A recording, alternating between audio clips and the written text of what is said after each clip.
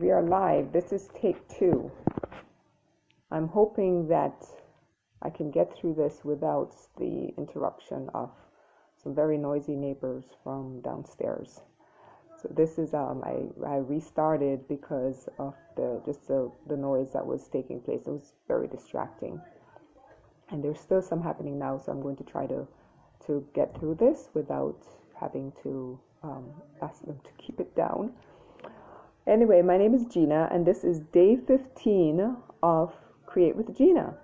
And this is going to be, we're now halfway through the 30-day challenge of the Create with Gina, what should be hopefully 30 days. And I may end up going past the 30 days, but I may end up changing from the art therapy sessions into more something like essential oils or herbal teas, depending on the kind of feedback that I get.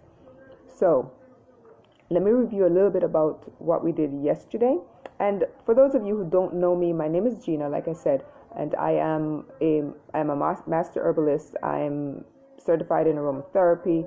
I also am a certified art therapy life coach, among other things. I used to teach art and sculpture in a private school. I did that for 11 years.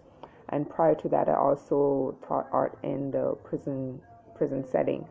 So art is something that I love to do, and I find it's very, very therapeutic. So that is one of the reasons why I chose to do this art therapy 30 days, because I know that it's something that would be very helpful for whether it's a kid or for an adult, but definitely for the entire family to do together. If you're joining me, please feel free to say hi. Just post a comment in the comment section below.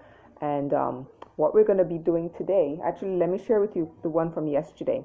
Yesterday we created gratitude jars, and in here are just a few pieces of paper with the different things that I wrote my little gratitude statement about. So I wanted to share a couple of those with you.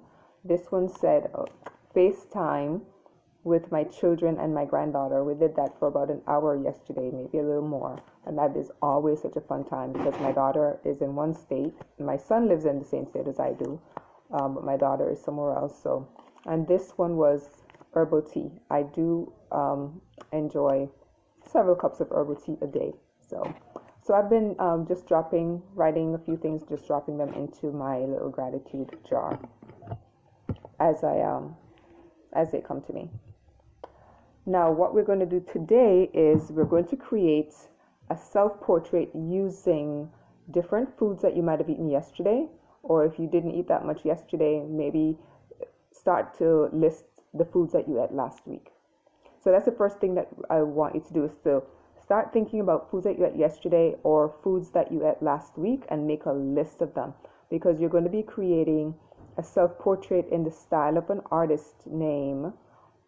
His name was Guiseppe Arcimboldo, and he was a 16th century painter, and he basically created paintings that look like a bunch of fruits and vegetables and other things put together, but when you look at it, you actually see a face.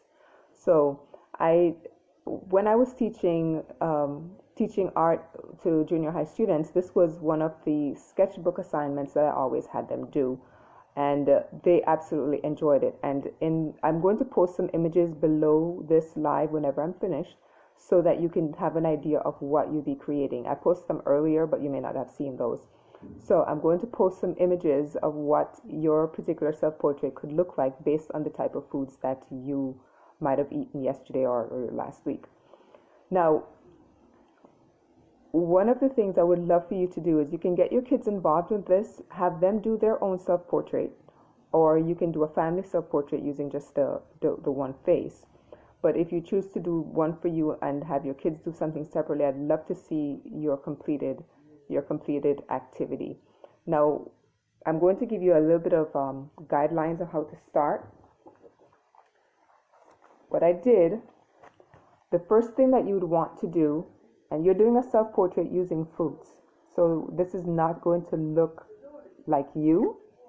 It's going to be a representation using foods that you at yesterday or last week. So first thing you're going to want to do is to just draw a gigantic circle or oval on your page. You will need a sheet of paper. It doesn't have to be big, just a regular 8.5 by 11. So you draw a nice big circle or an oval, and then you start to kind of map out where you want different things to be. Say, for example, you ate a piece of watermelon yesterday. That watermelon could be big enough to be the top part of the head here, or the forehead. If you ate maybe apples, maybe the cheeks could be where the apples would go. There could be a carrot for the nose. The mouth, maybe a sweet potato. But I'm giving you ideas, pickles, could be pickles for the ears, depending. So just make a list of the different foods that you've eaten and simply do this basic drawing. Now the background, if the background could be, let's say the entire family ate a watermelon. So that whole head could be the watermelon, and then placed on top of this could be the other items that you've eaten. So make a list of all the foods that you ate yesterday. If there were enough, I'm sure that it should have enough to do this activity. And if not, then simply think about different foods that you've eaten since last week and create a self-portrait using the foods that you've eaten or that your family has eaten. And have your children do this activity as well, because kids absolutely love how theirs turn out, seeing a representation of their face in food. It's really, really neat. It can be really funny at times as well. And I know everybody doesn't eat the same. If you eat pizza, maybe you could have a slice of pizza for the nose. Maybe the entire head could be the pizza and you place other things on top of it. You decide how you want yours to look. This is just your basic drawing to get you started. Now, why am I doing this? Number one, it's a lot of fun to do this activity, but number two, we are all cooped up in homes, and chances are we're eating a little more than normal. I know I am.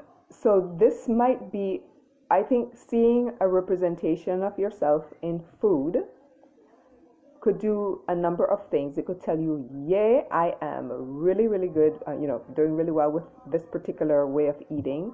Or it could say, maybe we need to take a look at our diet and kind of make some changes here and there, because the last thing you want to do come the end of this whole quarantine and this whole coronavirus, chaos, is to have gained 20 pounds during your quarantine, right? So maybe this will give you an idea of what to look at as far as, the type of foods that you could be eating, or what you maybe want to kind of lessen while everyone is quarantined at home. It could also tell you that, we're eating a little bit more, maybe we should exercise a little bit more as well. So it's going to be a fun activity, I promise you, but it will also probably make you think about the different types of foods that you're eating at this particular time. Like I said, this was a sketch assignment that I always gave to my junior high students, and they absolutely enjoyed it. Let me show you again how you're going to get started. And remember that this video will be up for you to watch the replay as many times as you need to. But you're basically starting off with a large oval or circle, and then think about the cheeks, your eyes. Now even eyebrows. I think one of the images that I'm going to share has peas for eyebrows, so you could place those in. The mouth, whatever could fit here, maybe a baked potato, pickles, carrots, whatever it is that fits on from your particular list into this particular area, then you work with it. Everybody's drawing is going to be different, and that's another fun part of this. There's no two that are going to look alike. And here's another thing you could do is do a little bit of research into the artist Guiseppe Arcimboldo, and I will have the spelling for you at the bottom of the video, so you can do a little bit of research as well. And I'm going to go ahead and and stop here. You're getting a little loud downstairs, but I hope that I've given you enough information to do this activity. Certainly pull your kids in because they're going to enjoy doing this as well. Thank you again for being here. Like I said, this is day 15. If you're looking for any of the other days, simply put in day, the number, and you can also look up the hashtag Create with Gina. And that will pull up all of the videos that I've done over the last few days. I apologize again for the background noise. They're actually downstairs. But go ahead and look up the past videos, and if you're interested in doing any of those, feel free. I would love to see your completed drawings. I really do enjoy them, and I will go ahead and post a couple examples below for you to take a look at so that you'll see how they can turn out as well. Have fun doing this. Above all, just have fun doing the activity. But if it does kind of prompt you to take a look at the foods that you're eating and maybe want to do a little bit more activity while you're self-quarantined, an activity doesn't have to be jogging on a treadmill. You can use canned goods as weights. There are lots of different ways of actually exercising if you choose to do that while you're quarantined. I will see you all again tomorrow, and thank you all for being here and for posting your completed activity in the comments below so that we can all have a little bit of fun, right? I will see you again soon.